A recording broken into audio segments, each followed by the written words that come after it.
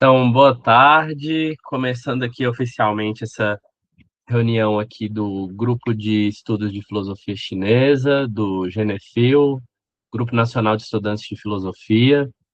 E hoje nós vamos concluir finalmente o texto enorme do David Wong, que é cerca de 80 páginas, né? Originalmente da Stanford Encyclopedia of Philosophy, e ele foi traduzido no Textos Selecionados de Filosofia Chinesa 1. Nós vamos para a parte final dele. Vou até compartilhar aqui um trechinho, mas já vou tirar em seguida para mostrar outra coisa. Uhum. Deixa eu ver o que está aparecendo aí para vocês. Só para ter certeza. Beleza. Como vocês estão vendo, e como eu escrevi, né, já há um mês, nós vamos focar hoje no legalismo e na ética budista. Aí eu já adianto que uma parte da reunião vai ser mais curta, né? Que é essa parte do legalismo e do budismo, outra parte vai ser para a gente decidir o próximo texto que a gente deseja estudar. Pessoas que não estão aqui ao vivo podem votar também, contanto que seja a votação lá dentro do grupo do WhatsApp mesmo, tá bom? E vamos lá. Alguém tem alguma dúvida? Alguém quer falar alguma coisa antes que a gente entre nesse texto aqui agora mesmo?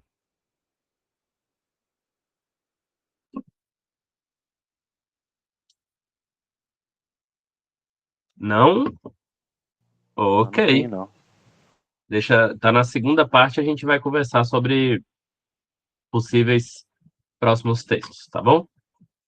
Por enquanto é o seguinte, se vocês pegarem lá no texto, a primeira frase já fala de Analectos 2.3. Lembrando, né, para quem não se recorda, Analectos, que é normalmente como se traduziu o Lunyu, que é um termo tanto quanto específico da antiguidade chinesa, mas que de maneira geral significa conversações, por isso Analectos, né, tipo um registro das conversas. Algumas poucas traduções deixaram como conversações. Pois bem, além disso, esse trecho aqui 2.3, eu vou até mostrar para vocês agora em duas versões. Primeiro, uma versão que é muito bem vista em geral, ainda que é uma retradução. Então, foi uma tradução do chinês para o inglês e do inglês para o português, do acadêmico Lau, D.C. Lau. E ele traduziu esse trecho específico do capítulo 2 das Conversações de Confúcio, que é talvez o texto mais essencial, mais, pelo menos o mais conhecido das ideias de Confúcio, ainda que as ideias de Confúcio pode se falar que estão presentes também em outras obras, mas nesse trecho aqui, esse pode ser um dos mais importantes, talvez o mais importante no que concerne a política, tá? E ele diz assim nessa tradução do Lao: o mestre disse, né? O mestre aqui se referindo a Confúcio: guio por meio dos éditos, mantenho na linha com punições, e o povo se manterá longe de problemas, mas não será capaz de sentir vergonha. Guio pela virtude, mantenho na linha com os ritos, e o povo, além de ser capaz de sentir vergonha, reformará a si mesmo. A parte interessante dessa tradução é a primeira tradução como vergonha. A ideia de éditos aqui poderia ser traduzido como uma noção de lei, de normas, mas éditos aqui ficou um pouco obscuro, mas o ponto positivo aqui é mais o punições. Confúcio está fazendo uma menção direta a uma prática anterior a ele, contemporânea a ele também, né, mas que já existia antes dele, de... Só um segundo aqui, pessoal, que alguém pediu para entrar. Ok. Inclusive, pessoas que estão chegando mais agora, né? A Vanice e a Karina, que acabou de entrar aqui, sejam muito bem-vindas também, tá? Em qualquer momento que vocês quiserem falar, intervir, perguntar qualquer coisa, vocês fiquem à vontade, tá bom? E, continuando aqui, algo que já acontecia pré-Confúcio era um sistema de punir, né, quem era contra, basicamente, aqui o governante, é, e basicamente fazer pequenas leis, né, pequenos éditos públicos, né, que lembrando que as pessoas não tinham acesso a livros, então eram textos públicos pregados em locais públicos dos municípios, das cidades, etc., das vilas. E quem seguisse, tudo bem, quem não seguisse, punição, né? Não como uma grande teoria política, mas era como muitas vezes acontecia, tá? E o que acontece é que Confúcio deixou muito claro nesse pequeno trecho aqui que ele discorda basicamente disso pelo seguinte: você pode até fazer as pessoas evitarem de cometer os crimes, sendo crimes o que vai contra aquela lei, né? Mas você não faz as pessoas terem um processo interno de saber que estão fazendo ou deixando de fazer alguma coisa porque é o certo, porque é o que realmente beneficia a todos. Isso que quer dizer não será capaz de sentir vergonha, porque do ponto de vista confuciano, não basta você dizer externamente para alguém, ó, você tem que amar os seus pais e você tem que pagar os impostos e você tem que não matar ninguém, não roubar ninguém, né? Não basta você ter essas proibições e esses deveres. Você tem que ter uma motivação interna para isso, né? E aí Confúcio sugere que é através dos ritos, é através então de normas culturais não explícitas, que o povo não só vai sentir vergonha, como vai ser capaz de fazer uma reforma interna, né? É capaz nas minhas palavras aqui, né, de refletir sobre isso. Por gentileza, agora eu quero mostrar para vocês uma outra tradução, que é a primeira tradução, que é dos analectos completos. Existe uma tradução, mais de uma tradução anterior desse trecho para o português, inclusive do André Bueno, por exemplo. Mas os analectos completos é só esse aqui, que é da editora Unesp, feita pelo Jorge Sinedino. E percebam aqui, eu vou aumentar um pouco mais. Percebam aqui, Vixe, eita, tirei, só um pouquinho. Eu já volto para ele. Eu tentei mudar a tela, mas sem sucesso. Agora vai rolar.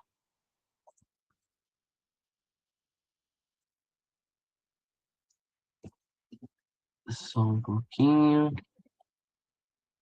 Gente, eu vou deixar assim para não me atrapalhar mais, tá? Tá um pouquinho difícil aqui por causa de uma. Ah, não, agora deu certo. Realmente tá um pouquinho difícil aqui, mas acho que esse tamanho tá suficiente. Perceba que na tradução do Jorge Sinedino fica assim, ó. Ziye, né? O mestre disse: caso o povo seja guiado pelo governo e o seu comportamento seja uniformizado pelas punições, ainda é possível que o povo escape das punições e não tenha decoro. Caso o povo seja conduzido pela virtude e disciplinado pelos ritos, não apenas terá decoro, como também se tornará correto. Então, aqui, como vocês podem ver, são duas traduções que mudam bastante os termos, mas mantêm uma estrutura geral, né? Que é a estrutura de que Confúcio está falando, manter um governo somente por leis é insuficiente. É preciso ter mais do que leis, é preciso ter uma certa orientação cultural. Daí o termo ritos, li, que deixa eu marcar aqui para vocês verem o termo original em chinês. Agora sim, aumentando o máximo possível. O termo original em chinês é esse aqui, que está em cinza, tá? Esse termo, originalmente, né, tem um sentido de uma oferenda religiosa no altar, mas paulatinamente começou a ter um sentido cada vez mais geral de qualquer tipo de padrão cultural de comportamento, tá? Padrão coletivo, claro, por isso cultural. E aí Confúcio está dizendo, uma orientação cultural que por consequência passa por uma educação, por mostrar para as pessoas como elas agem ou deixam de agir, é muito mais eficaz do que apenas você escrever o que tem que fazer e esperar que elas cumpram. E quando elas não cumprirem, você pune, né? É melhor mostrar na prática como deve ser feito. Essa é uma diferença essencial, tá? É a diferença muito importante. Uma última coisa que eu tenho para dizer é que vocês devem ver que nas duas traduções fala-se também do termo virtude, e esse ponto aqui será central, tá? Guiar, que é um termo aqui, ó, quem conhece filosofia chinesa sabe que esse termo tem outros significados. Nesse trecho aqui tem um sentido de guiar, orientar, mas às vezes ele é traduzido como caminho, né? Então, caminhar, guiar, orientar por meio da virtude, né? De ir por meio da virtude. Aí esse caractere aqui, de, ele tem um sentido muito interessante em filosofia chinesa, que é um sentido de força, carisma, uma certa atração que você exerce nas outras pessoas. Obviamente que não no sentido sexual, mas no sentido moral. Você sabe aquela pessoa que você admira, que você gostaria de ser como ela, né? Digamos que ela tem esse "de" em algum sentido, tá? Talvez não inteiramente, mas em algum aspecto que você a admira. Porque se você, do ponto de vista dessas teorias, se você tiver aqui um "de" de uma maneira completa em todo o seu ser, você virou um sábio, né? Alguns até traduzem como um santo. Então, ele normalmente essas teorias das virtudes, incluso a confuciana, entendem que existem várias formas de "de", né? Várias formas de virtude. E ao longo da vida você vai tentando ter vários "de", mas poucos conseguem ter completamente. Esse ponto também é muito importante, tá? Até aqui tudo bem? Alguma dúvida? Lembrando que isso aqui foi mais uma revisão de pontos anteriores. Tá tranquilo então?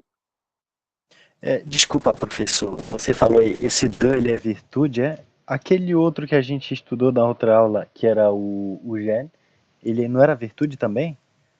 Que era qual? O gen ou o gen? Não, aquele é um tipo de virtude específica, mas que Hum, tem duas traduções possíveis. Uma tradução é humanidade, outra tradução é benevolência. lembrei, verdade. Mas o gênio inclusive é a principal virtude na tradição confucionista, tá? Em Como se outras, ela fosse um assim, subconjunto dessa outra, ou uma não tem nada a ver com a outra? D é a categoria geral. Hum, Então, aquele termo que eu mostrei, "the", é o tipo de coisa, né? Guiar por meio desse tipo de ação que tem carisma, que atrai as pessoas, que é um exemplo, né? Que é excelente, mas aqui em chinês o termo excelente não cabe muito, cabe mais no termo grego, né? Em chinês estaria mais com a força mesmo, sabe? Uma qualidade forte que você tem. Zen, no sentido que você está perguntando, e que é muito caro aos confucionistas, é um dan especificamente voltado para o fato de que você cuida muito bem das pessoas à sua volta e de você mesmo também, claro, né? Você cuida muito bem das pessoas, isso inclui você e todas as outras. E cuidar aqui é a mesma palavra que eu posso usar para amar. Inclusive, alguns traduzem o conceito de gênero como amar as pessoas. Eu prefiro a tradução de cuidar das pessoas. Então, para os confucianos, quem tem a virtude de gênero é aquela pessoa, sabe? Eu gostava muito da minha avó materna, era muito assim. Mas eu já pensei numa pessoa que você tem esse perfil que eu vou falar. É uma pessoa que você chega perto, ela sempre te trata com educação, ela sempre te trata com ternura, sempre que ela pode, ela te ajuda, sempre que ela pode, ela também não atrapalha ninguém. Agora, isso não quer dizer que essa pessoa com gênero ela é boba. Ela vai ser severa quando ela precisar. Mas na maioria do tempo ela nem precisa ser. As pessoas respeitam ela pelo simples fato dela ser benevolente para todas as pessoas. Já conheci alguém assim, Thiago? já sim. Então, essa Poucas, pessoa tem poucas gênero. raras e boas. Exatamente, normalmente é assim mesmo. Por favor, Karina, o que você gostaria de dizer? Oi, boa tarde. É a minha primeira aula, eu vejo que eu fiz coisas muito interessantes. Não é assim, do Confúcio, eu não tenho muito conhecimento, na verdade, eu não tenho muito conhecimento sobre a questão, por isso que me interessei, o que me interessa. Eu tive uma aula, eu faço ciência da religião, eu tive uma aula em que o professor falou que, geralmente, a, a, a questão, não sei se é verdade, ou se eu compreendi de forma correta, que para ser líderes, né, para eles a moral, esse sentimento, essa prática de ser bom, virtuoso, era mais essencial do que ser vamos dizer, um guerreiro. Era isso mesmo? Onde você pudesse levar as pessoas a práticas benéficas da bondade, da moral, da ajuda ao próximo, da elevação intelectual, de estúdio com essas questões de ser bom, de ter quando eu falo moralidade, assim, na moralidade das coisas boas, do que é o certo, do que se diz o certo, da compreensão de tudo, da agregação de todo mundo para uma convivência boa, em todos os aspectos. A gente pode falar que isso é o certo. Você entendeu? Então, Karina, você falou muitas coisas. Eu diria que, em geral, é por aí, mas eu ressalto que as terminologias são bastante diferentes da maneira como você perguntou. Mas tentando captar o essencial da mensagem da sua pergunta, sim, com certeza os confucionistas valorizam muito mais a moralidade no sentido de agir visando o maior benefício dos outros e de si mesmo, né, de toda a comunidade, do que guerras, do que um aspecto guerreiro, com certeza. Isso não tem dúvida, essencialmente do que você disse, tá?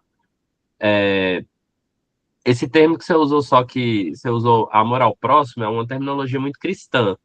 Se você está entendendo próximo como família, é confucionismo. Se você está entendendo amor ao próximo como todas as pessoas, aí a conversa é um pouco mais complicada, no seguinte sentido: quem lembra aí do trecho sobre o moísmo vai lembrar.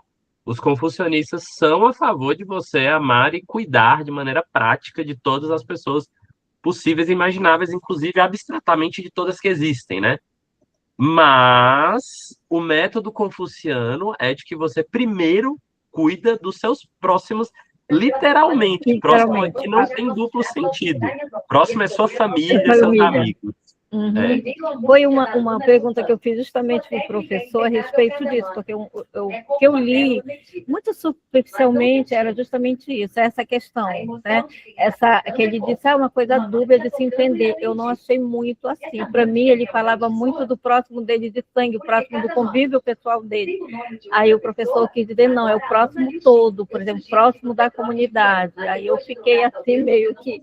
Aí eu li o material um pouco, assim, como eu disse, superficialmente, aí eu entendi um pouco de Gregor. Parece que eu estava meio certa do que o professor, mas eu vou tirar essa dúvida. Resumindo, o confucionismo sim é a favor de você amar, cuidar, tratar bem todas as pessoas, contanto que existe uma hierarquização desse cuidado. Em poucas palavras, do ponto de vista confucionista, é para cuidar mais da sua mãe, do seu pai, do seu filho, dos seus avós, dos seus amigos, sua vizinhança, do que de alguém de outro país, por exemplo. Tá? Quer dizer que é para tratar mal alguém de outro país? Claro que não. Eles entendem que é para tratar bem também, que também é para fazer o máximo para qualquer pessoa do mundo ter uma vida ótima. Mas tem uma hierarquia de prioridades. Esse é um ponto importante. Mas lembra, Karina, o termo próximo não é usado, tá? O termo próximo é um vocabulário mais cristão. Sabendo disso, pessoal, sabendo do Analectos 2.3, e até o ponto aqui que o Tiago, a Karina trouxeram aqui para esclarecer primeiro o termo virtude, né, conforme o Thiago perguntou, e a Karina agora essa questão do confucionismo ser mais... tem uma visão universal mais gradual, né? O legalismo vai por uma via contrária. O legalismo é universalista, mas é universalista numa via, como é que eu posso explicar? Admitidamente autoritária, sabe? O legalismo, como o próprio nome indica, né? O Fadiá, em chinês, que pode ser traduzido como a escola, a tradição das leis, é uma tradição filosófica, sobretudo política, mais do que qualquer outra coisa, que aponta para o fato de que são as leis, são aqueles éditos lá na tradução do Lao, né, ou as normas sociais lá na tradução do Cinedino, que seria propriamente, então, essas leis, esse Fá, que propriamente seria o efetivo na condução do governo. E perceba, por mais que isso já existia, agora isso começa a existir, agora isso começa a ser transformado em uma teoria política formal. E importante, uma teoria política que foi uma das primeiras a serem aplicadas de uma maneira mais estrita. Só um segundo, só um segundo.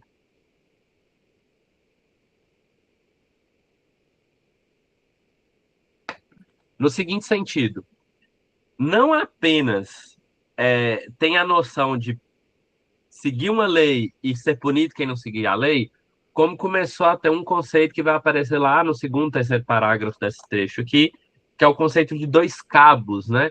Que é prêmios e punições. Então, não só começou a simplesmente punir quem não seguia, como começou a premiar quem seguia bem as leis, e começou a ter um sistema de explicitar isso cada vez mais.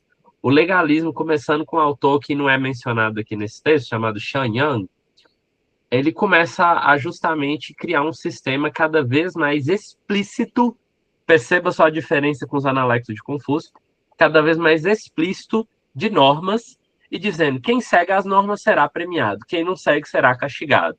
E esses castigos começaram a ficar mais rígidos, os prêmios começaram a ficar mais vantajosos também. Mas aqui tem uma questão interessante.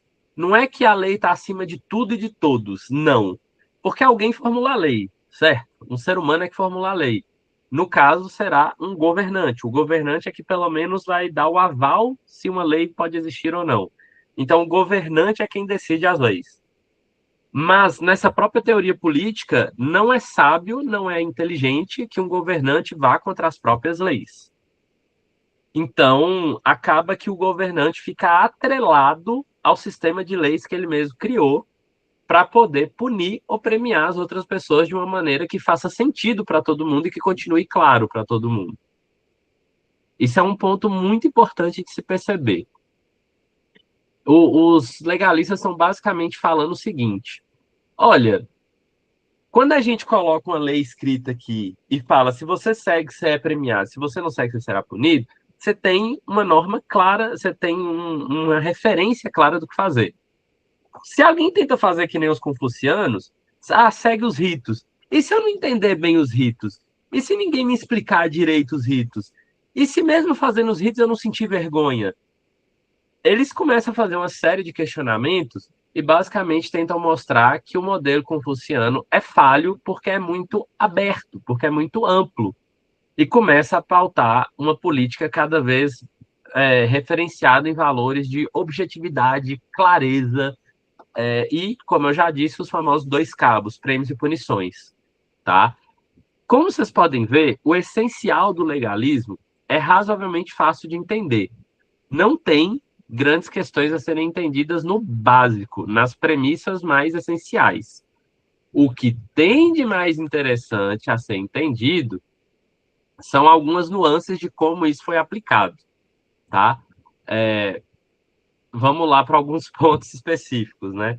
Uma primeira questão é que eles, por um lado, têm uma visão de natureza humana intrinsecamente pessimista. Eles acreditam que os seres humanos basicamente tendem a estar o tempo todo buscando os próprios benefícios e que essas demandas, né, como diz o primeiro parágrafo ali, essas demandas materiais, essas demandas próprias de cada pessoa, vai sempre valer mais do que qualquer rito social, do que qualquer orientação indireta, né, cultural. Eles acreditam, então, que é preciso deixar explícito. Se você passar da linha aqui, se você sair do que é permitido, será punido. E essa é a única maneira de lidar com o ser humano, já que essa é a maneira que eles acreditam que tem um efetivo controle do comportamento humano. Tá? Isso é um ponto muito interessante. Por outro lado, essa questão aqui, que está nesse segundo parágrafo, vale muito dizer aqui. Enquanto os confucianos estavam tentando fazer um governo harmônico, que em vez de punir pessoas, orientava, educava as pessoas, tinha também os daoístas que buscavam certa harmonia social de uma maneira não intervencionista.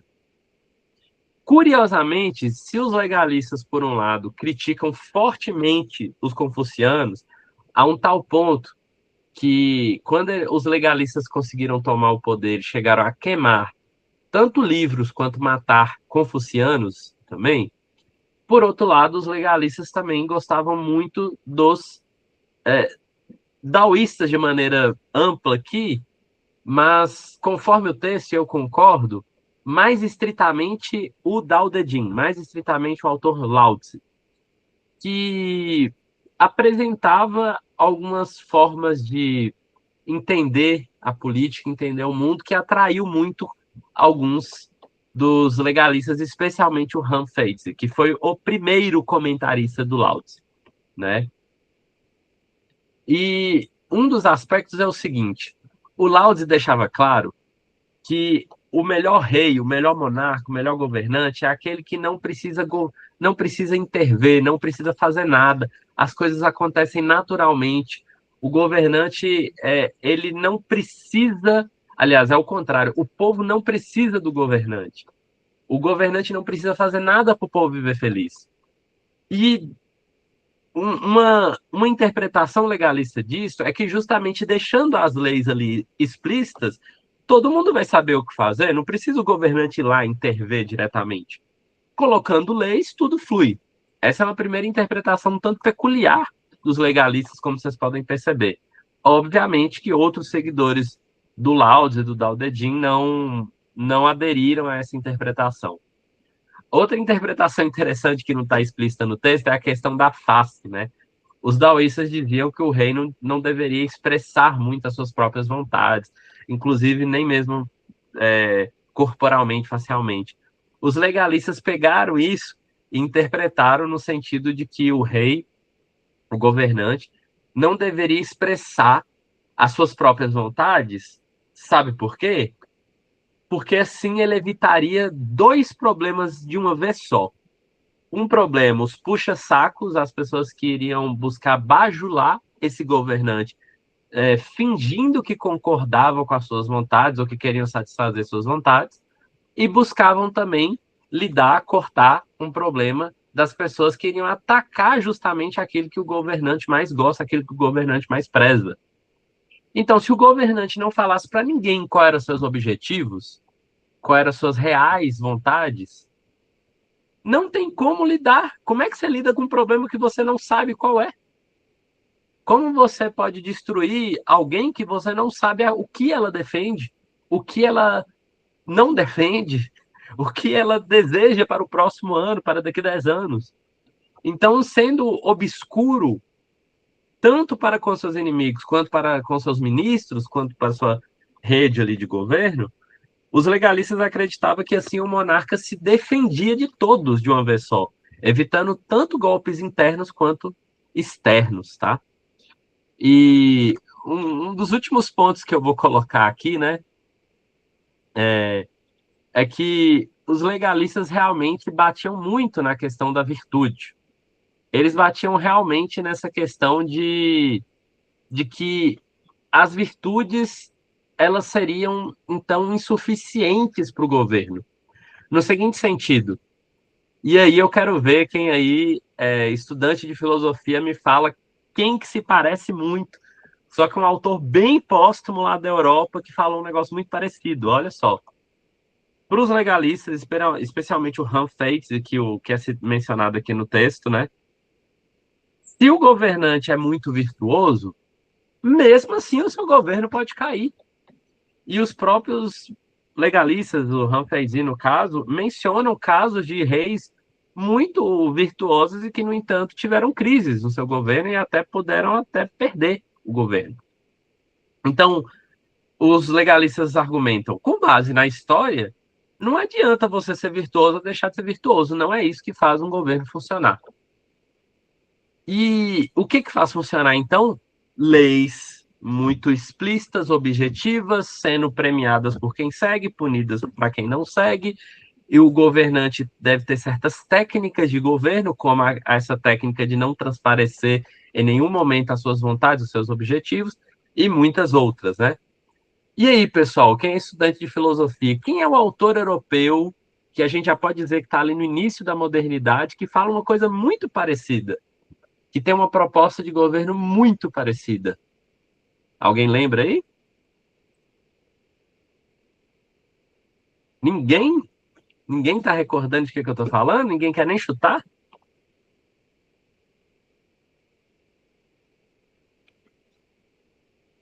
E aí, pessoal, o que é que vocês chutam?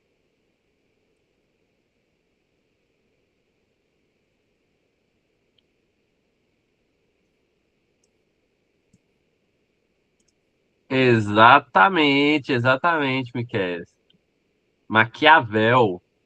Estou dizendo que os legalistas e o Maquiavel estão falando, são a mesma teoria, são a mesma coisa? Não. Eles têm uma série de especificidades para começar o contexto, que é muito diferente, as línguas que foram escritas. Mas nesse ponto em específico, certo?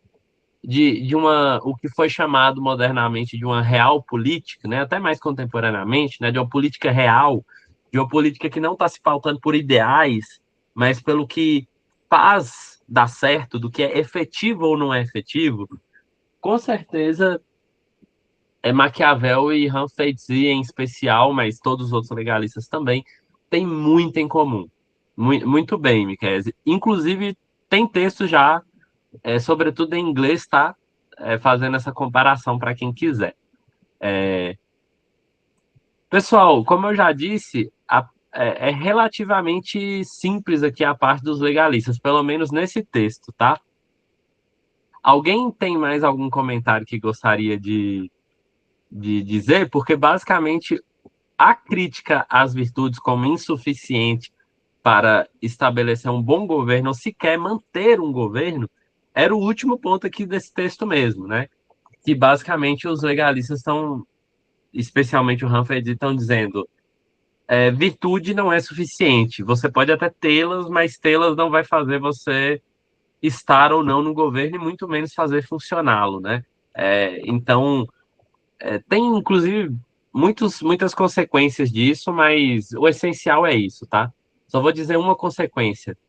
Uma das consequências que eles são muito famosos é a noção que eles radicalizaram, que já estava presente lá nos moístas, mas agora está de uma maneira muito mais intensa, né? De que é necessário não seguir o passado.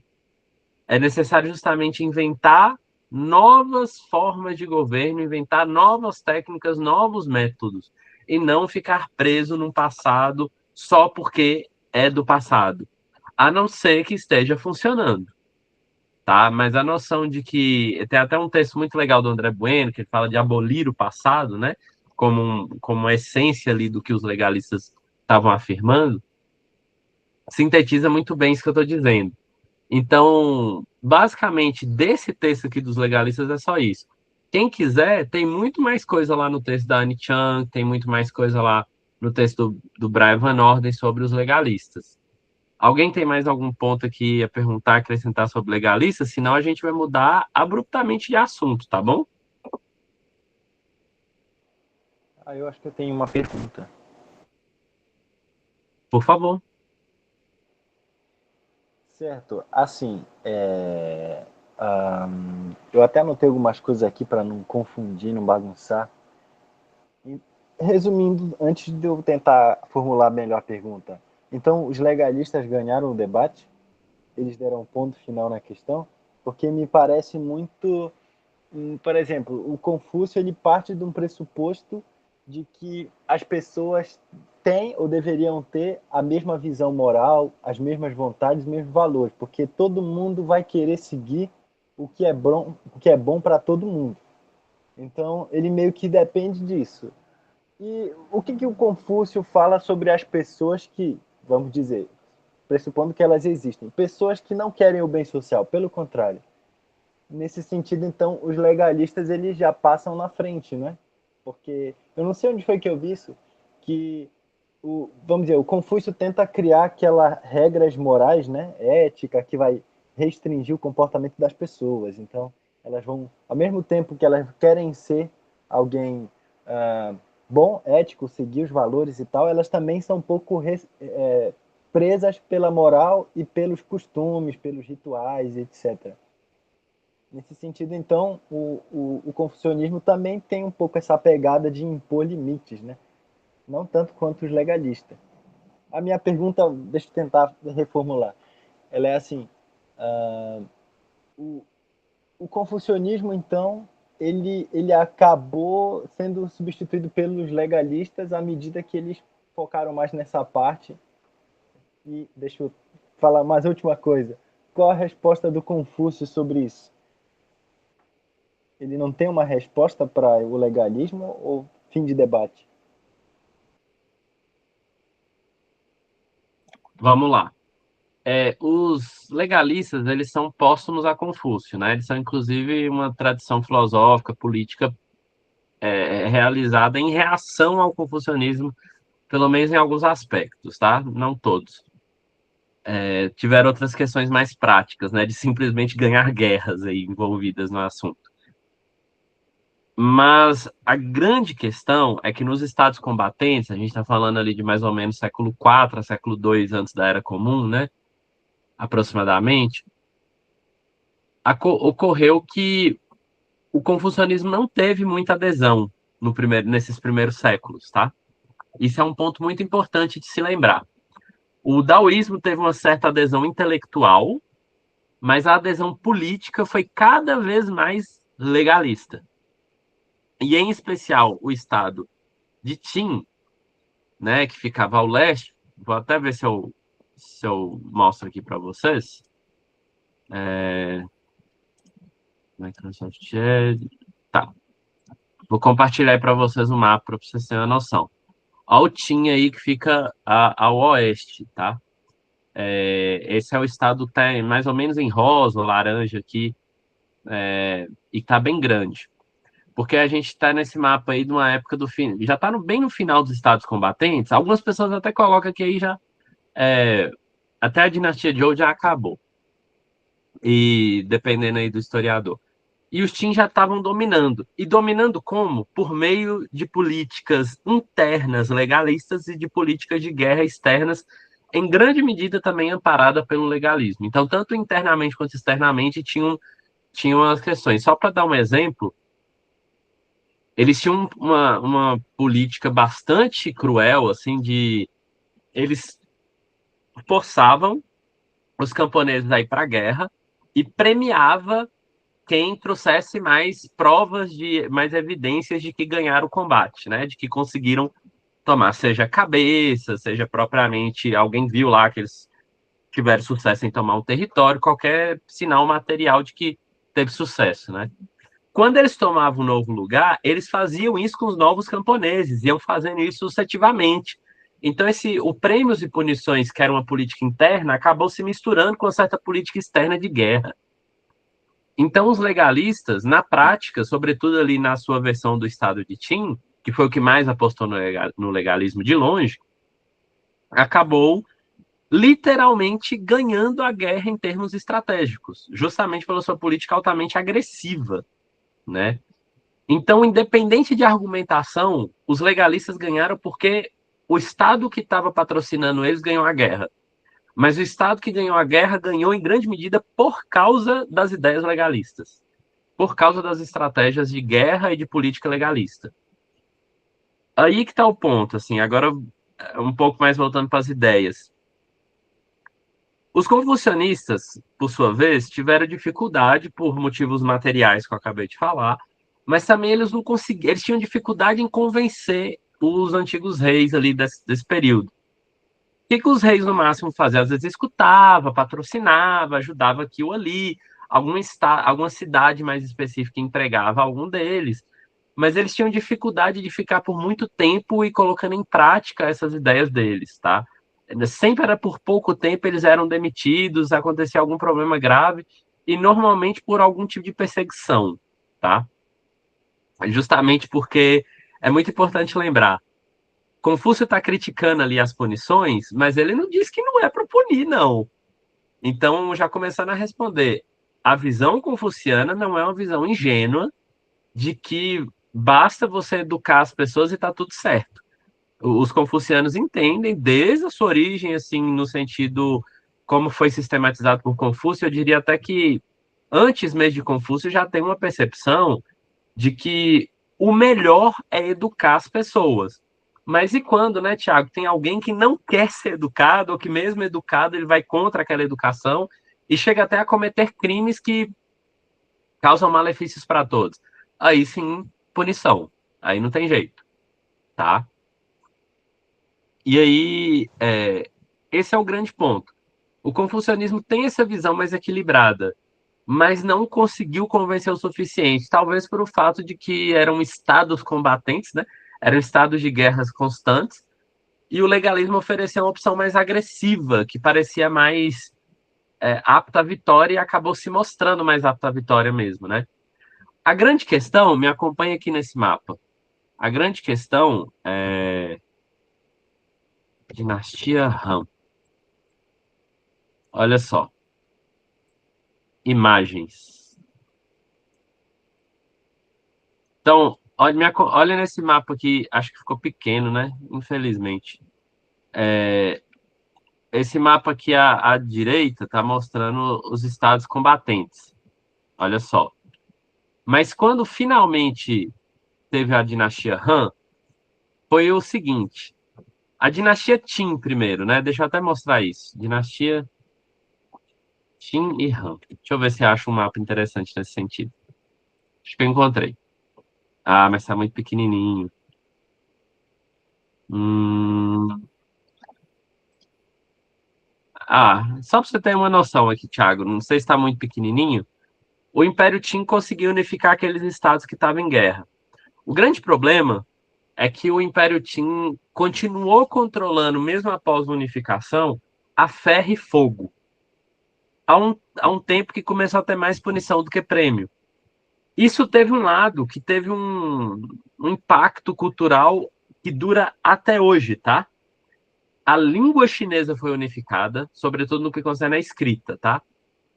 Então, eu vou até resumir aqui. A escrita chinesa, né, a língua na sua expressão escrita chinesa foi unificada, a moeda foi unificada, medidas de comércio e medidas territoriais foram unificadas, vestimentas, os próprios territórios e por aí vai. Uma série de unificações ocorreram.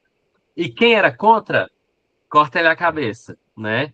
Eu não sei se exatamente cortava a cabeça, mas com certeza punição, inclusive punição com morte, tá? Isso não chegou a durar nem 20 anos. Em menos de 20 anos, essa dinastia foi deposta, justamente por uma revolta popular camponesa que não aguentou tamanha repressão. E essa próxima dinastia, a dinastia Han, que vocês podem ver aqui, tá a versão de rosa aqui nesse mapa que eu estou mostrando, ela fez a seguinte mudança. Num primeiro momento, a dinastia Han não tinha uma ideologia política específica. Isso é muito importante. Não tinha.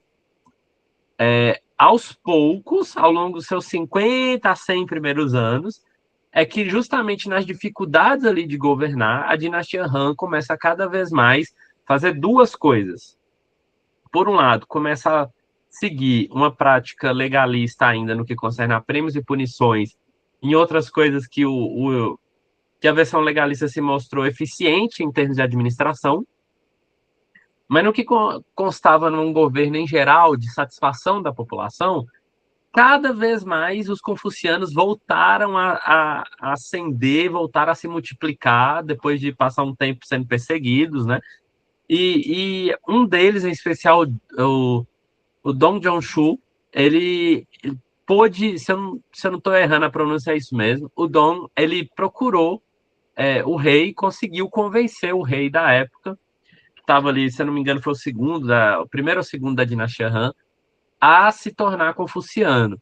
E desde então, o confucionismo se tornou a principal tradição filosófico-política de toda a China, né? Quer dizer que o confucionismo, digamos, era exercido, era realizado de maneira, entre aspas, pura? Não. Por toda a história chinesa, legalismo e confucionismo continuaram existindo. Os confucionistas tentavam tirar algo do legalismo, mas ele persistia, porque para os reis era mais fácil, né, de governar dessa maneira.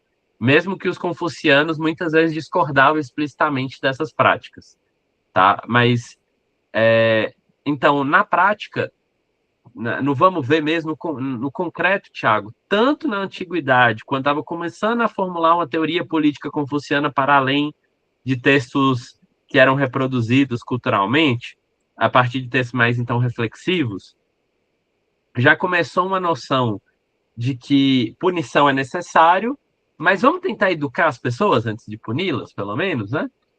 E depois que o Império se unificou, sobretudo na versão da dinastia Han, e mais ou menos ali, não lembro se é 206 antes da Era Comum, se eu não me engano, ocorre um processo de amálgama, de mistura entre um confucionismo que perseverou, que ganhou ali, que conseguiu sobressair de todos os desafios anteriores, e um legalismo que continuou sobrevivendo no Estado chinês por mais tempo. Deu para esclarecer, Thiago, ou confundi mais? Não, não, deu sim. Eu só fiquei com outra dúvida, mas eu não quero monopolizar as perguntas. Não, Então vou fala deixar mais para uma pessoa. e depois a gente muda de assunto. Fala a última aí, então. Tá, é assim, então a dinastia Qin, ela dominou, né, com, vamos dizer, mão de ferro. Ela era mais pro legalismo ou ela era anterior a isso? Totalmente legalismo. Ah, Totalmente. eu achei O interessante dinastia porque, Qin é 221 antes da Era Comum. Justamente a dinastia Qin, ela unifica o império, ela cria um império unificado e acaba com os estados combatentes, porque ela ganhou de todos os outros, entendeu? então, eu lembrei agora que eu acho que isso fica um estigma até hoje na sociedade, né? Porque eu estava conversando com os estudantes chineses, aí eu fui falar da província de Chongqing, né? A província, Chongqing. E eu pronunciei o contrário.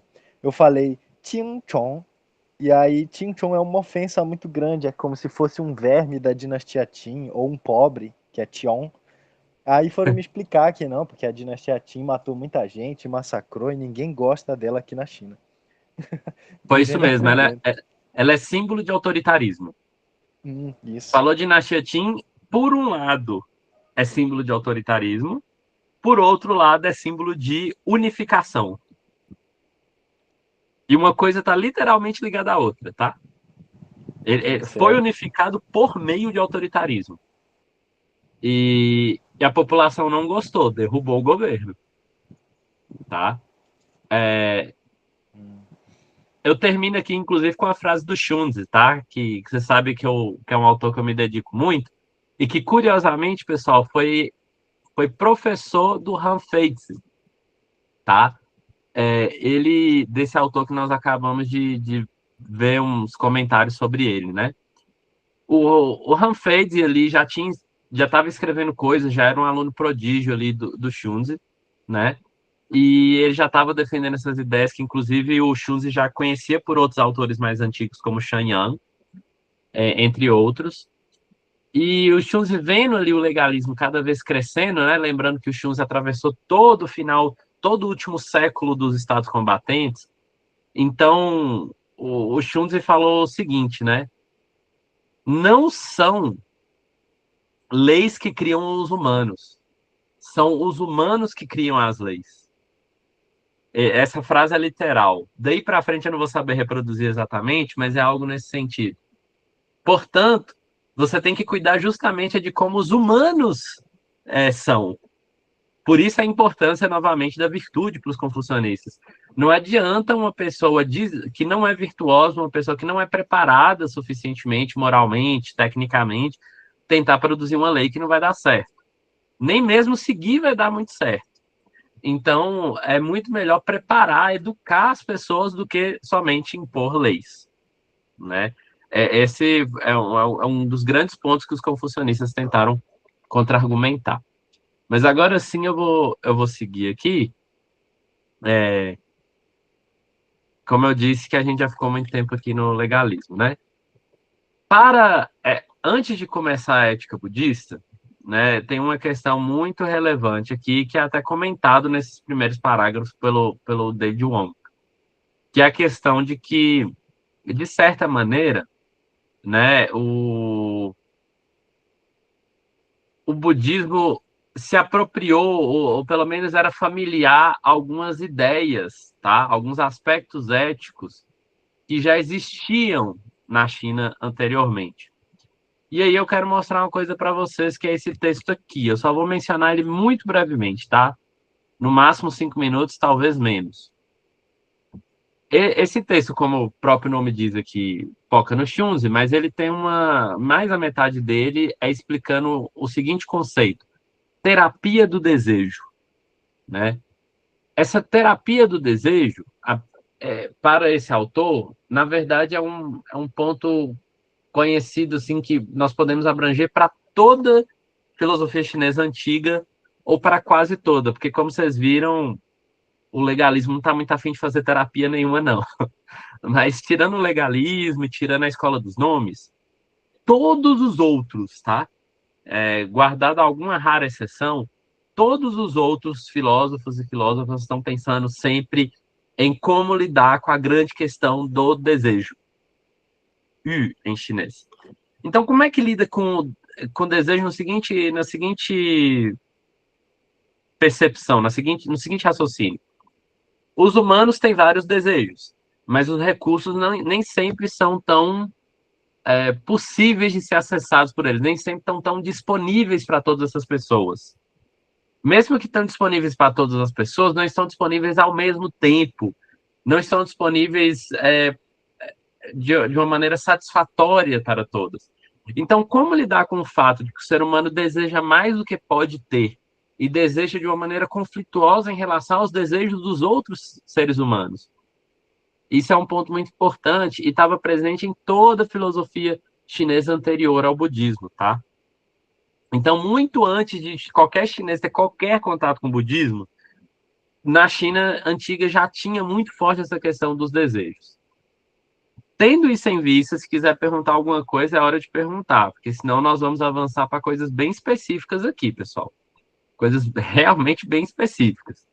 Eu vou chamar a atenção que uma das tradições que mais fomentaram essas terapias dos desejos, essas formas de lidar com os próprios desejos, foi o daoísmo, né? Tanto do Lao Tzu quanto do Zhuangzi, quanto de outros posteriores, o Lietzi, de certa forma o Guanzi, e por aí vai, né? Uma série de outros autores.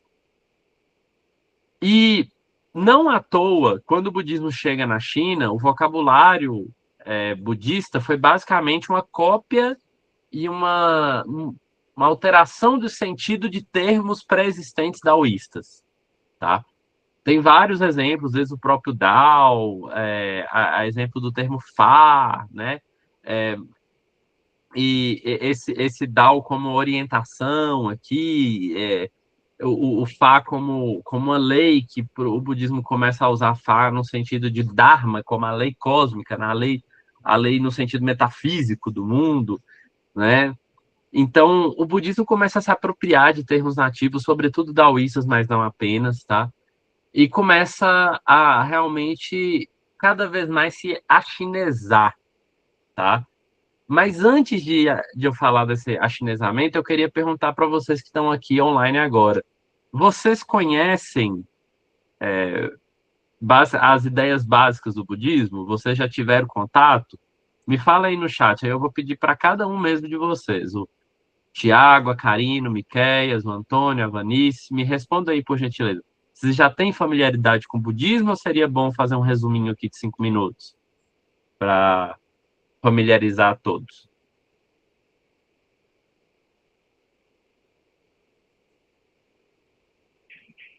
Vou esperar vocês responderem antes de eu continuar. Certo? Nada assim, Vanice? Nunca nem ouviu falar mesmo nada de budismo? Nunca viu nenhuma explicação? Tá bom, entendi. Legal, Miquel, obrigado. Entendi. Algumas informações você já teve, né? Legal. E que mais? O Antônio, não, nada, Antônio, nem um pouquinho? Nunca leu nada sobre budismo? Tá. Então, vamos lá. Só faltam, acho que 2 pessoas responderem, né?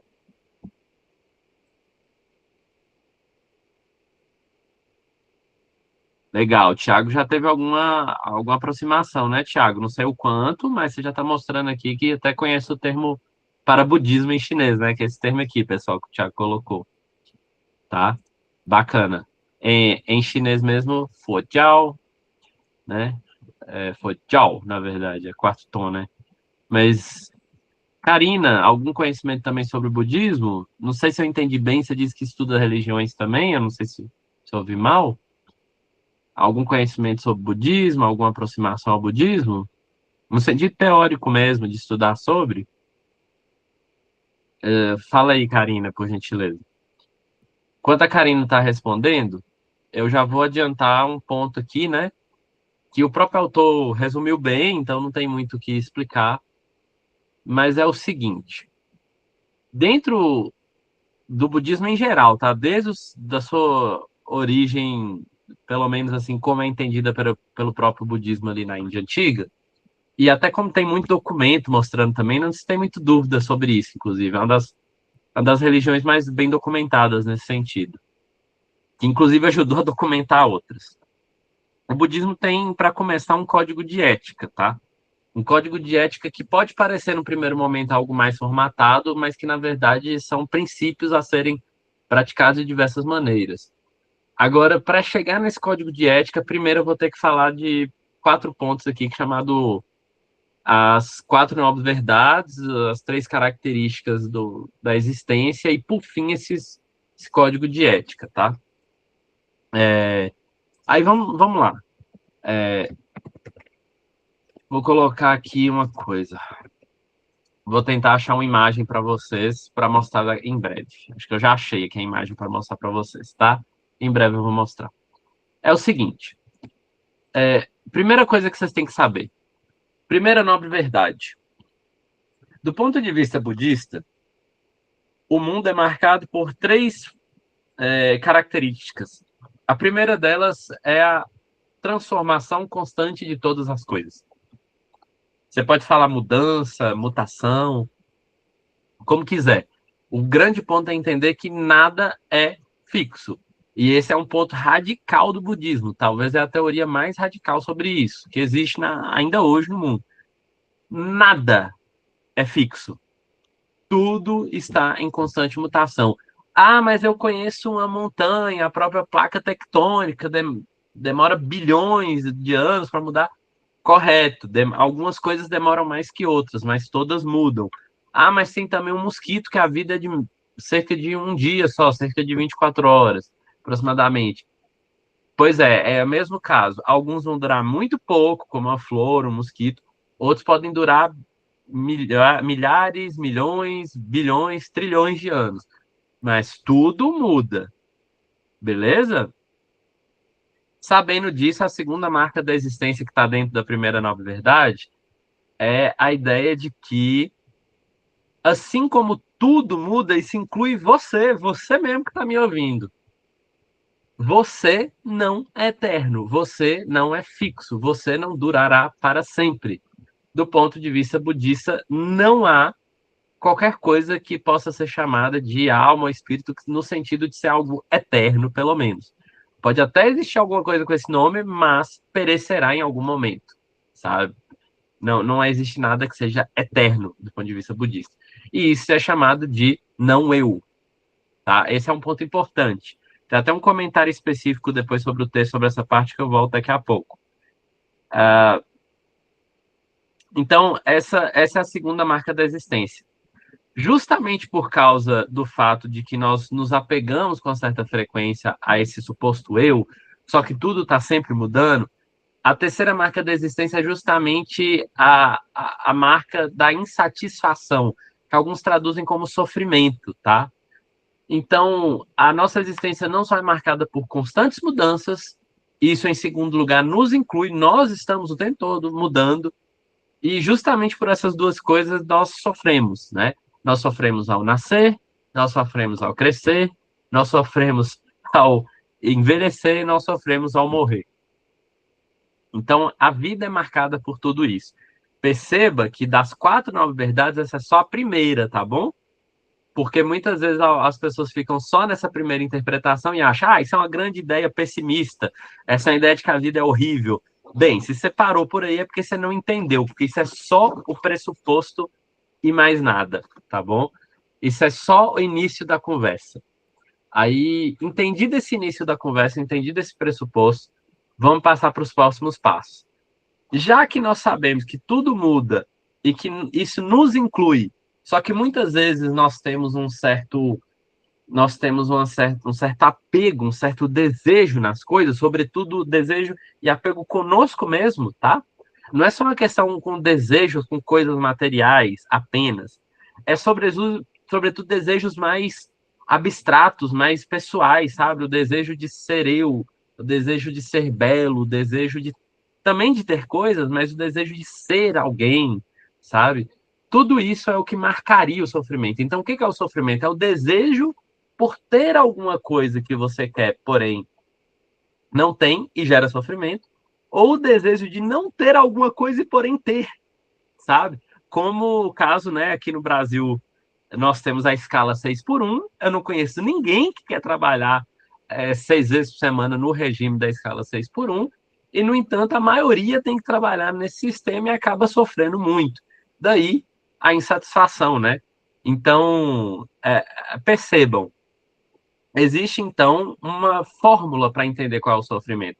A fórmula se você deseja alguma coisa que você não pode ter, ou que pelo menos você até pode ter, mas isso vai acabar, você vai sofrer. Se você deseja não ter alguma coisa, no entanto, você não pode deixar de ter, você vai sofrer também. Isso gera a terceira nobre verdade. Qual é a fórmula para deixar de sofrer? Para de se apegar a coisas que são mutáveis, coisas que estão em constante movimento e, no entanto, você acredita que elas são eternas. Para de achar que as coisas são eternas. Pare de se apegar às coisas como se elas fossem eternas. Tá? Você pode até ter afeição, você pode até gostar e cuidar das coisas, das pessoas, mas não achando que elas são eternas. Porque se você achar isso, vai sofrer. Tá? O Michael perguntou aqui, é tipo a ânsia de ter e o tédio de possuir?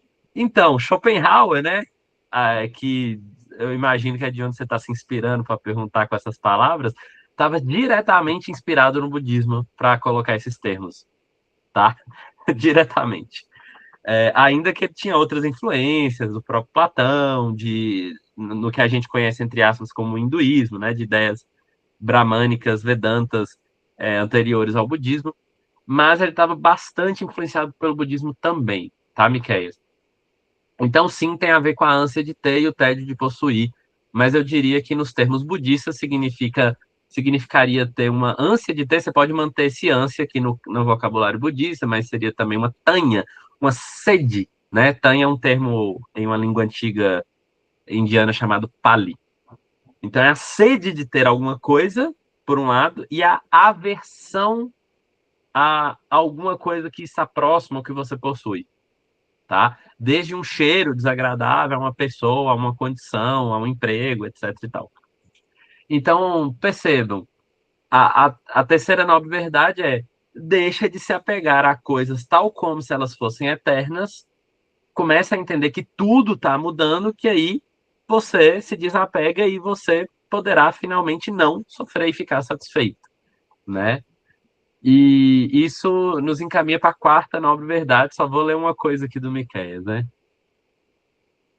Ah, tá, ele só tá falando que tem um barulho ali perto dele. Tranquilo, Miqueias, de boa. E a quarta nobre verdade vai dizer justamente o que eu vou mostrar para vocês agora, que é o nobre caminho óctuplo, ou simplesmente caminho óctuplo, né? Que, como essa imagem aqui está mostrando, tá pequenininha aqui, mas só para vocês me acompanharem, a ideia é ter. Primeiro que você pode dividir em três, né? Tá bom? Você pode dividir de três maneiras aqui. Você pode dividir pela percepção ali ética primeiro, tá?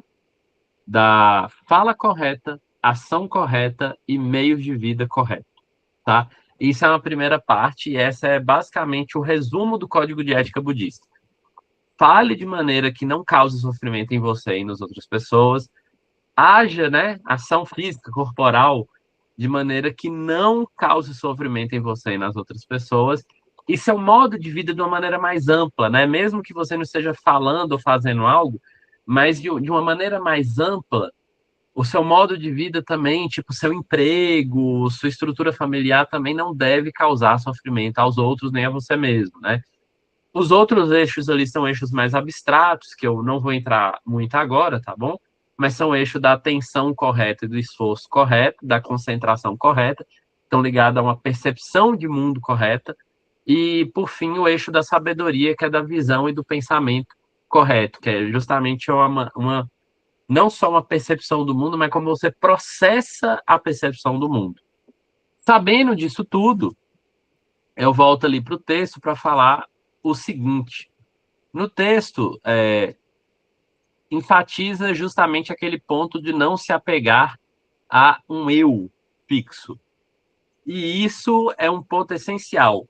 Percebam, eu vou repetir aqui. A gente está muito acostumado numa leitura cristã aqui no Brasil a falar de não se apegue a bens materiais. O budismo não está falando exatamente disso. Não é nenhum problema do ponto de vista budista você ter bens materiais, carro, casa ou qualquer coisa nesse sentido, né? E, inclusive monges, eles não podem ter nenhum tipo de bem material, mas eles podem estar no mosteiro muito bem estruturado materialmente, não tem o menor problema, né? O que é o problema central do ponto de vista budista? É você se apegar a ser alguma coisa.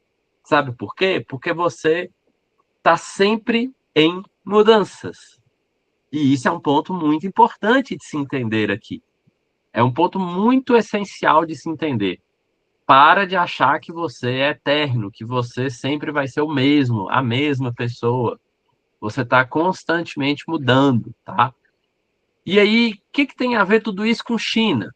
Pois é, o autor aqui resolveu buscar enfatizar a escola Chan, a escola que foi traduzida lá como Zen para o japonês, tá? Que foi como ficou mais conhecido para nós aqui no Brasil, e que vem do sânscrito dhyana, que é exatamente ali a noção de concentração, aquela mesma que está lá no caminho óctuplo que eu acabei de mostrar. Então, o que acontece? O Chan, ele está justamente aqui focando na ideia, numa certa noção, primeiro, de meditação, mas o Chan vai desenvolver certas características muito próprias, que estão ligadas, olha só a palavra que vai aqui, na transformações do desejo, transformar o seu próprio desejo. O que significa aqui? Algo que é importante. Não sei se vocês perceberam nesse e nos últimos encontros, a ética chinesa é difícil de se separar de política nos estados combatentes. Vocês perceberam isso? Provavelmente o Miqueias, o Tiago, que já percebi que tem esses estudos, deve ter notado. O Antônio, que está mais tempo com a gente. Percebeu isso também, Antônio? Como ética chinesa até agora, pelo menos, estava difícil de separar de política. Não era a mesma coisa, mas estavam muito próximos. Pois bem, tem a ver com o contexto dos estados combatentes. O contexto chinês, daqui do budismo chinês, para ser exato, é de que o budismo chega como uma força propriamente religiosa, como uma tradição cultural religiosa, separada da cultura chinesa. Isso foi uma novidade para os chineses. Eles tinham expressões religiosas, mas não uma religião institucionalizada. Eles tinham ritos religiosos, eles tinham divindades, eles tinham uma série de cosmologias claramente religiosas, mas eles não tinham uma religião separada da cultura. O que que acontece? Então, o budismo traz essa novidade cultural para a China, o que significou que agora dá para ser budista sem necessariamente deixar de seguir uma certa política específica. E também dá para ser budista justamente como foi na Índia, rachando com a política e com toda a cultura tradicional. Seja integrando com a cultura, seja se separando da cultura, o budismo representou uma nova via separada das teorias políticas, separada dos elementos culturais que pré-existiam na China. Houve quem misturou ainda assim tudo isso? Sim, teve misturas, teve uma certa visão política budista também. Mas, em geral, não foi o que aconteceu. Em geral, o budismo se tornou uma proposta muito mais intimista de transformação individual, de uma ética muito voltada para cada pessoa e como ela vai se transformar, como ela vai lidar com seus desejos de uma maneira que ela busque ser mais satisfeita, mais feliz na vida e menos insatisfeita, menos sofrida, tá? E aí, por meio de práticas meditativas, mas por meio também de, como eu disse, uma fala correta, uma conduta correta. E aqui, as próprias ideias de consciência que pré-existiam no confucionismo, no daoísmo, começam a se amalgamar, a se misturar, né? Em especial aqui, o daoísmo vira uma grande referência, tá?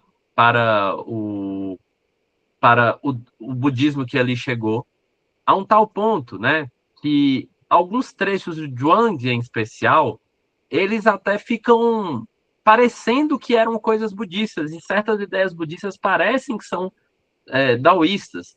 E, sobretudo, o budismo Chan, ele às vezes até referencia o próprio Zhuangzi, sobretudo quando o Zhuangzi chama a atenção de que é preciso, como na analogia, né, do barco que o Zhuangzi fez, é preciso desapegar-se da ideia de que tem alguém dentro de um barco quando um barco choca no outro. Eu vou traduzir essa metáfora do Zhuangzi para a nossa situação aqui atual. Se algum de vocês dirigir, vai entender bem, tá? Imagina que vocês estão dirigindo e alguém bate em vocês, né? Imediatamente você pensa, pô, vou brigar, ou pelo menos se eu não vou brigar, ou pelo menos eu tenho que ir lá para ver se a pessoa tem seguro, tem que ver o que eu vou resolver com aquela pessoa. Na metáfora, na analogia do Zhuangzi, tinha um barco, né, que batia no outro barco, e o marinheiro lá do barco sempre xingava o marinheiro do outro barco. Teve um dia que esse marinheiro desse barco, um outro barco bateu nele, só que o barco não tinha ninguém dentro. Então ele não sabia quem criticar. Imagina então agora contemporaneamente que um carro bate em vocês, mas você descobre que não tem ninguém ali dentro do carro, você vai xingar quem? Né? Aí você pode até falar, alguém foi irresponsável de fazer né, de não colocou direito o freio de mão. Tá, imagina que por algum motivo mecânico quebrou o freio de mão ou falhou ali a mecânica. Esses dias eu vi na televisão uma falha mecânica ali que o carro começou a andar para trás e para frente. Isso é possível de acontecer, tá? Em termos de engenharia mecânica. Então imagina que isso aconteceu com você. Você vai xingar quem? Se não tem ninguém para culpar, se não tem ninguém para você se inflamar ou se entristecer, você vai fazer o quê? Esse esvaziamento, né? Esse esvaziar de um ser que é culpado, um ser que você tem como alvo ali, que já estava no Zhuangzi, foi lido pelas ideias Chan e foi usada justamente para começar a falar das próprias ideias budistas. E isso foi usado justamente como uma terapia dos desejos, no sentido de falar assim, olha, para de achar que você ou outras pessoas têm um ser fixo. O que a pessoa fez com você ali, ela fez no passado, nem é mais a mesma pessoa. O que você fez com outro também já não é mais você. Então essas ideias foram cada vez se misturando mais, e em especial aqui, ó, eu até já passei aqui. Tem um texto que é muito conhecido, tem até algumas pessoas aqui no Brasil que que comenta esse texto, vocês podem procurar. Eu sei falar do Xiu Yi, né?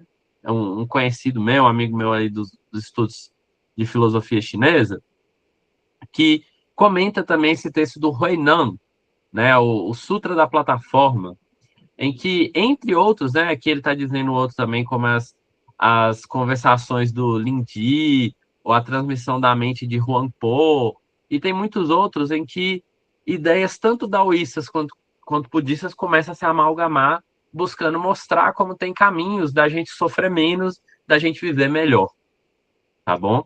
Então, esse é um grande ponto aqui desse capítulo. Eu poderia falar muito mais. Eu só disse que ia comentar mais uma coisa e finalmente chegou a hora de comentar. Eu queria saber quem reconheceu aqui no texto uma menção indireta a um certo autor inglês que foi feita aqui pelo David Wong, que está exatamente nessa página 94, nesse último parágrafo, e que tem tudo a ver com tudo isso que eu estou falando. Ele diz assim, ó, só até a primeira vírgula. Uma vez que o eu é um feixe de atributos psicológicos e físicos mutáveis. Olha esse termo específico que ele usou, feixe de atributos psicológicos e físicos mutáveis. A qual filósofo inglês o David Wong está fazendo uma referência indireta aqui? Alguém sabe? Alguém já se atentou aqui quando leu, ou agora que eu estou comentando? Alguém já leu aí um certo filósofo inglês que é conhecido na filosofia da mente por dizer que o eu seria um feixe de relações? Alguém sabe do que eu estou falando? Me diga aí se sabem ou não. Me dá um retorno, por gentileza.